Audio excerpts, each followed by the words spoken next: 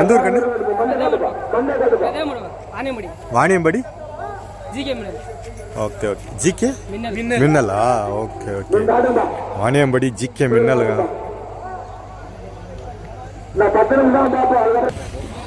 இந்த ஒரு காலை இருக்குங்க. இது வந்து காலை உரிமையாளர் யாரும் இல்லை. ஸோ இது ஆந்திரா காளை அப்படின்ற மாதிரி வந்து சொல்லியிருந்தாங்க. காளை வந்து பார்த்தீங்கன்னா டபுள் கயிறு போட்டு கட்டியிருக்காங்க. பாய்ச்சல் காளை போல இருக்கு.